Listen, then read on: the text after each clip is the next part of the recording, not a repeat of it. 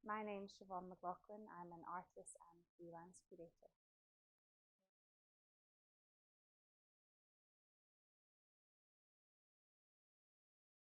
For the 1950s, I've chosen a work from the Glacier series, Study for a Large Shell, as I found that some of the thinking behind the work really resonated with my own art practice.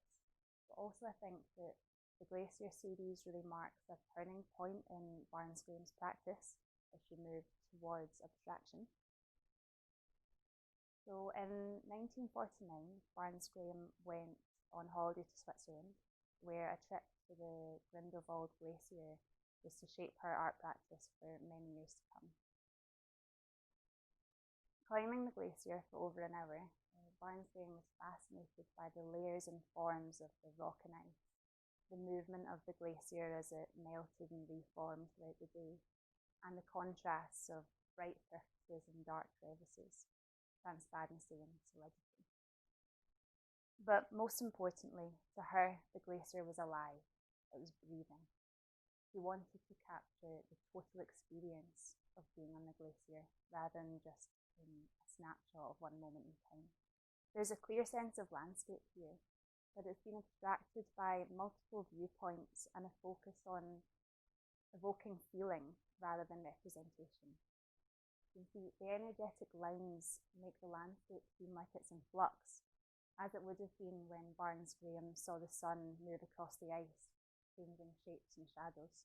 I selected this 1951 drawing rather than any of the big paintings from this series to demonstrate her skill in draftsmanship and also to show how integral drawing was to her practice, both in situ and back in the studio.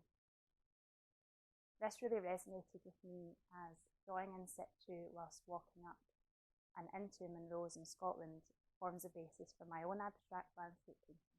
Reading Barnes-Graham's diaries from the trip in 1949, her excitement at collecting the forms, colours and textures of the landscape, and her focus on really capturing the total experience of landscape, feels a bit like reading a shared manifesto between her practice and mine. I think Barnes-Graham was really ahead of her time, both in her abstraction of landscape and in her forming of this trust.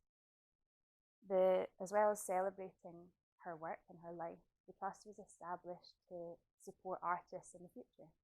I've been lucky enough to benefit from this through the SSA Wilhelmina Barnes-Graham Award at the RSA last year, and I've used that award to focus on developing a new body of work which investigates my experience of landscape. To establish a legacy that supports future emerging artists is amazing, and I think that Wilhelmina Barnes-Graham was an inspirational woman and truly a great artist.